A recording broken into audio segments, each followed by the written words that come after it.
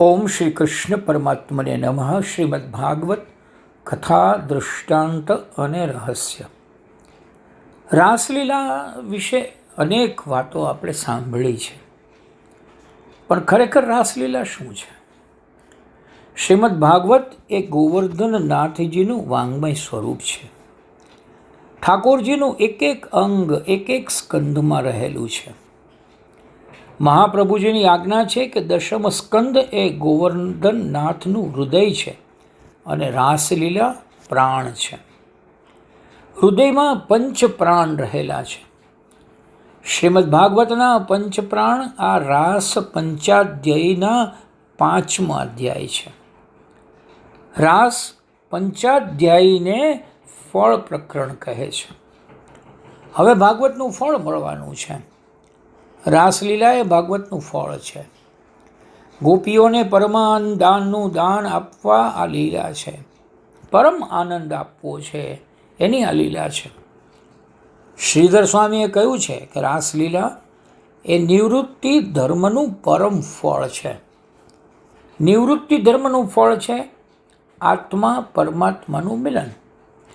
રાસલીલામાં જીવ અને ઈશ્વરના મિલનનું વર્ણન છે.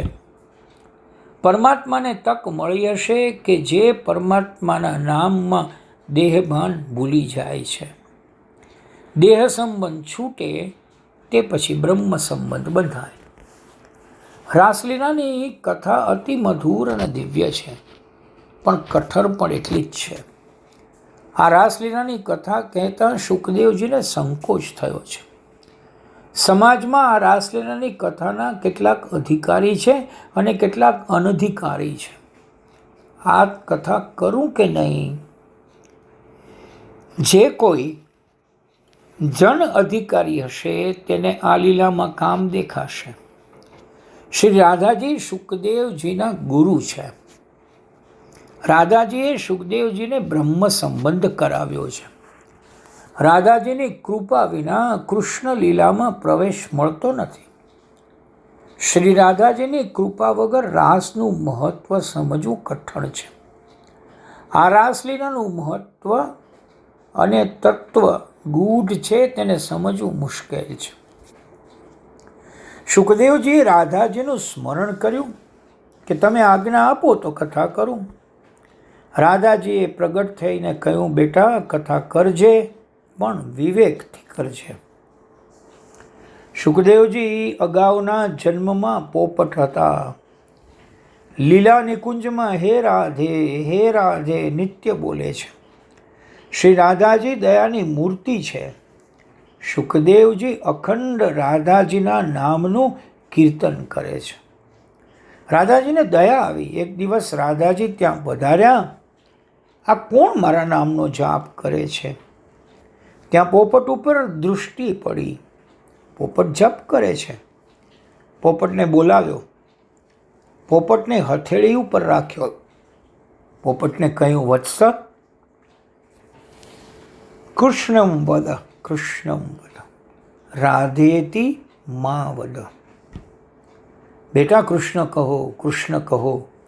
તું મારું નામ લે છે, પણ તારા સાચા પિતા શ્રી કૃષ્ણ છે, માટે કૃષ્ણ કૃષ્ણ બોલ.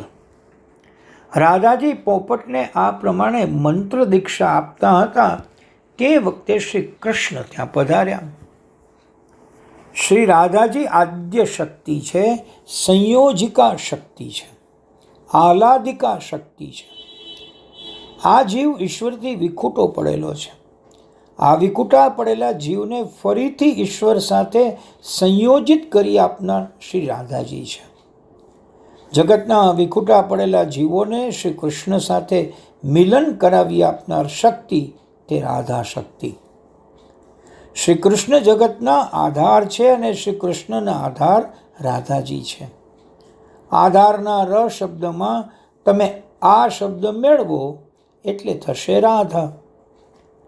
વ્રજની અધીશ્વરી દેવી શ્રી રાધિકા છે. તેથી વૃંદાવનના મહાત્માઓ રાધે રાધેનો જપ કરે છે. રાધાજીની કૃપા થાય તો તે જીવને ભગવાનના દર્શન કરાવે છે.